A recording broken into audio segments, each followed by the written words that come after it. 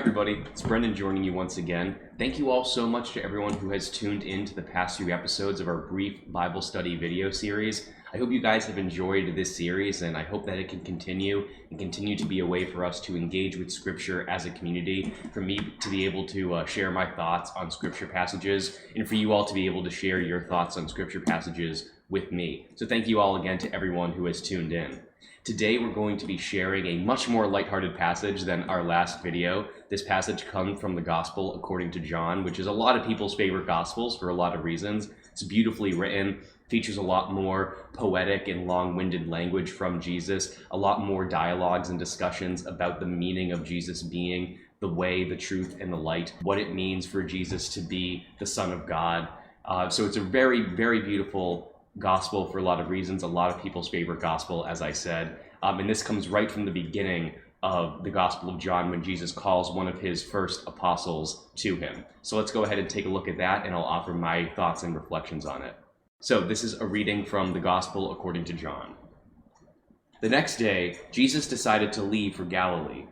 Finding Philip, he said to him, "Follow me." Philip, like Andrew and Peter, was from the town of Bethsaida. Philip found Nathaniel and told him, "We have found the one Moses wrote about in the law, and about whom the prophets also wrote, Jesus of Nazareth, son of Joseph." "Nazareth? Can anything good come from there?" Nathanael said. "Come and see," said Philip. When Jesus saw Nathanael approaching, he said of him, "Here truly is an Israelite in whom there is no deceit." "How do you know me?" Nathanael asked. Jesus answered, "I saw you while you were under the fig tree before Philip called you." Then Nathanael declared, "Rabbi, you are the Son of God, and you are the King of Israel." Jesus said, "You believe, because I told you I saw you under the fig tree. You will see greater things than that." Then he added, "Very truly I tell you, you will see heaven open and the angels of God ascending and descending on the Son of Man." The Gospel of the Lord. Praise to you, Lord Christ. So, as I said, this passage comes from the very beginning of John's Gospel, still right there in the first chapter. And this is Jesus calling one of his first disciples, Nathaniel, and also Philip.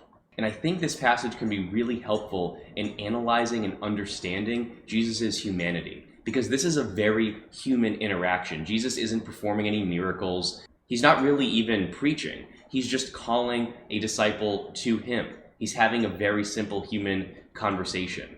And actually, when we look a little bit deeper, it's almost kind of a funny conversation in a lot of ways. And that's what I wanted to reflect on today. I wanted to share with you all, to get started, a passage from a book called Between Heaven and Mirth by Father James Martin. Father James Martin is a Catholic Jesuit priest who has written a number of books on a variety of different topics, all relating to theology, spirituality, specifically Ignatian or Jesuit spirituality. And he wrote a book called Between Heaven and Mirth, as I said, which is a very kind of punny title there. And the whole book is about the importance of humor and joy in spirituality, in spiritual health. And one of the main kind of theses of his book is that a lot of the Gospels and the way that they're written and the way that Jesus spoke and taught are actually intended to be somewhat humorous, and that there's a lot of joy and humor to be found in the Gospel message, and specifically in the words of Jesus. So I want to share a brief passage from his book that reflects specifically on this passage from the Gospel of John that we just read, and then I'll share a few more of my thoughts on this passage. So Father James Martin writes, "Jesus also embraces others with a sense of humor. In the beginning of the Gospel of John comes the remarkable story of Nathanael, who was told by his friends that the Messiah is from Nazareth. Nathanael responds, 'Can anything good come out of Nazareth?' This is a joke about how insignificant the city was. Nazareth was a backwater town with only a few families living there. In any event, what does Jesus do? Does he castigate Nathanael for mocking his hometown? You might expect that the dour Jesus of popular culture would say, 'Make not fun of the small town of Nazareth,' or 'You who condemn the small town will yourself be condemned.' But Jesus says nothing like that. Nathanael's humor doesn't bother Jesus at all. In fact, it seems to delight him. 'Here is an Israelite in whom there is no deceit,' Jesus says. In other words, here is someone I can trust." Nathanael then becomes one of the apostles. Jesus' welcoming of Nathanael into his circle is perhaps the clearest indication that he had a sense of humor. It also indicates that St. John, the writer of the Gospel, appreciated a humorous story enough to preserve it in his narrative. When I imagine Jesus, it's not simply a person who heals the sick, raises the dead, stills the storm, and preaches good news. It's also a man of great goodwill and compassion, with a zest for life, someone unafraid of controversy, free to be who he knows himself to be, and brimming with generous good humor, full of high spirits, playful, even fun.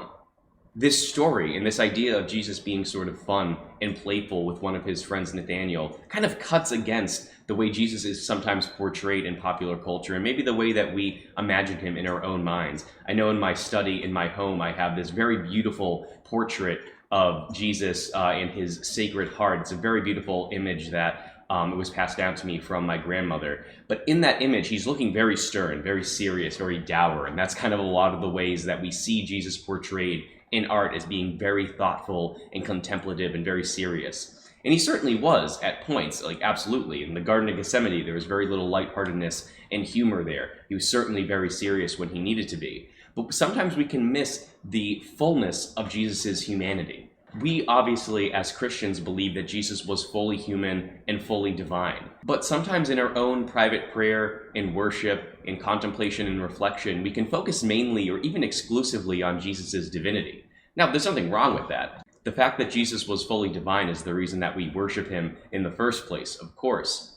But sometimes it can be easy to forget that he was fully human, that he was someone who experienced joy and pain and sadness, that he looked at his friends the way that we look at our own friends. He experienced those emotions in the same way. He looked at his Blessed Mother the way we look at our own mothers and our own families. And indeed, as Father James Martin talks about in this passage, he's someone who enjoyed humor. He's someone who experienced joy in the way that we all experience joy, through lighthearted conversations with his friends. It's important to remember that Jesus was completely human, but it's also important to realize the kind of human that he was. He was a charismatic, intelligent, clever, even funny person.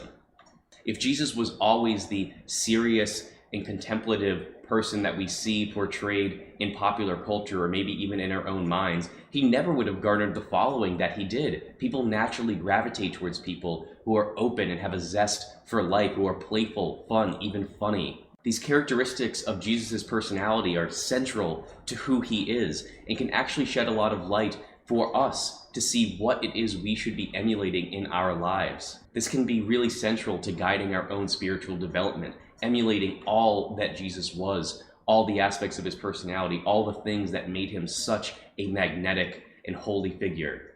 So this week, I invite you all to think about how joy and humor can enhance your own spiritual life. And think about how Jesus's appreciation for Nathaniel's humor in this story can tell us about how he wants us to live. And as always, what are your thoughts on this passage? Please take some time to click the link in the description of this video or leave a comment on Facebook about what this passage means to you, what this tells you about who Jesus was, and I'll share those thoughts in our next video. Thank you all so much for watching. I hope you're all staying safe and healthy. I'll be talking with you all soon, and God bless.